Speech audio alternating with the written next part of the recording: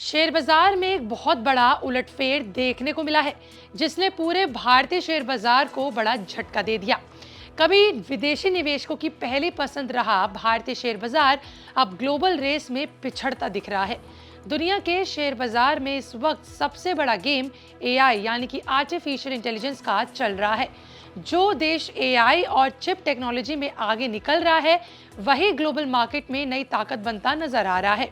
और अब इसी एआई की दौड़ में एक छोटे से देश ने भारत जैसे बड़े बाजार को पीछे छोड़ दिया और सबको चौंका दिया।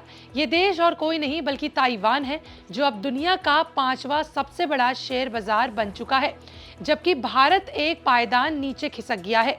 सबसे दिलचस्प बात यह है कि इसके पीछे सिर्फ एक कंपनी का सबसे बड़ा हाथ माना जा रहा है, और वो कंपनी दुनिया की सबसे ताकतवर चिप मैन्युफैक्चरिंग कंपनी यानी TSMC यानी ताइवान सेमीकंडक्टर मैन्युफैक्चरिंग कंपनी। वो कंपनी है जिसकी बनाई चिप्स के बिना एआई की दुनिया लगभग अधूरी मानी जाती है। चलिए इस बारे में विस्तार से आज की वीडियो में बात करते हैं। नमस्कार, मैं आपके साथ तनीषा और आप देख रहे हैं विस्तार। देखिए, भारत जो पिछले कई सालों से दुनिया के सबसे तेजी से बढ़ते बाजारों में से एक गिना जा रहा था, अब एक छोटे से देश से पीछे छूट गया है। और इसकी वजह सिर्फ इकोनॉमी बिल्कुल नहीं है, पहले मैंने ऊपर बताया आपको, एआई और सेमीकंडक्टर की ताकत है। ताइवान ने भारत को पीछे छोड़ते हुए दुनिया का 5वां सबसे बड़ा शेयर बाजार बनने का दर्जा अपने नाम कर लिया है।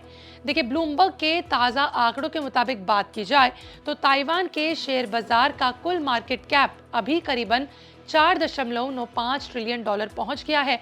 वहीं भारत के मार्केट कैप की बात की जाए तो ये घटकर करीबन 4.92 ट्रिलियन डॉलर के करीब आ गया है।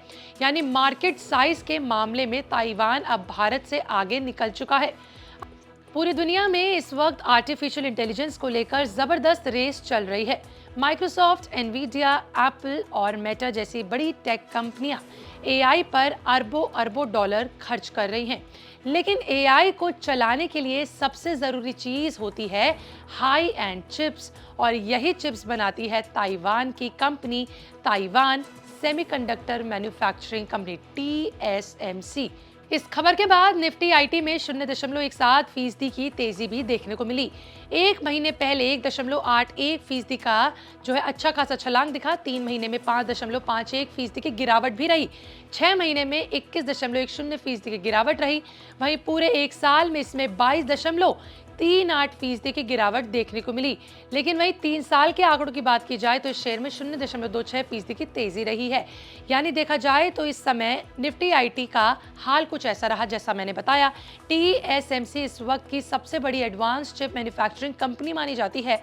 एआई सर्विसेज हो, स्मार्टफोन्स हो, डेटा सेंटर्स हो या फिर बड़ी टेक कंपनियों के प्रोसेसर, हर जगह TSMC की चिप इस्तेमाल हो रही है। यही वजह है कि इस साल कंपनी के शेयरों में करीबन 49% की जबरदस्त तेजी देखने को मिली, और इसका सीधा सीधा असर पूरे ताइवान के बाजार पर भी पड़ा है। हालात ये है कि ताइवान के बेंचमार्क इंडेक्स में अकेले TSMC की हिस्सेदारी करीबन 42% तक पहुंच चुकी है। यानी अगर TSMC के शेयर भागते हैं तो पूरा ताइवान बाजार ऊपर चला जाता है।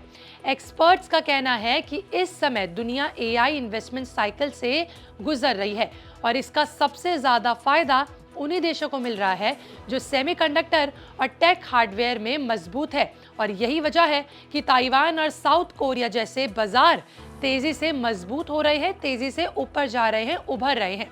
फ्रैंकलिन टेम्पलेशन की फंड मैनेजर यी पिंग लियाओन के मुताबिक अगर बात की जाए तो ताइवान की तेजी के पीछे सबसे बड़ी ताकत उसका टेक हार्डवेयर सेक्टर ही है, जो इस समय एआई रेजोल्यूशन के केंद्र में है। उन्होंने साफ कहा है कि जिन बाजारों में टेक कंपनियों की हिस्सेदारी कम है, वो धीरे धीरे पीछे छूटते जा रहे हैं, वो धीरे धीरे आगे बढ़ने की रेस से हटते जा रहे हैं। अब एक और बड़ी बात समझिए, ताइवान के फाइनेंशियल रेगुलेटर ने हाल ही में एक बड़ा नियम बदला है। नए नियम के मुताबिक बात की जाए या फिर नए नियम के तहत डोमेस्टिक फंड्स अब अपनी कुल संपत्ति का 25% तक किसी एक कंपनी में निवेश कर सकते हैं। पहले सीमा सिर्फ 10% थी, लेकिन अब सबसे ज़्यादा फायदा किसे मिलेगा, ये भी एक बहुत बड़ा सवाल है। और इसका फायदा मिलेगा TSMC को।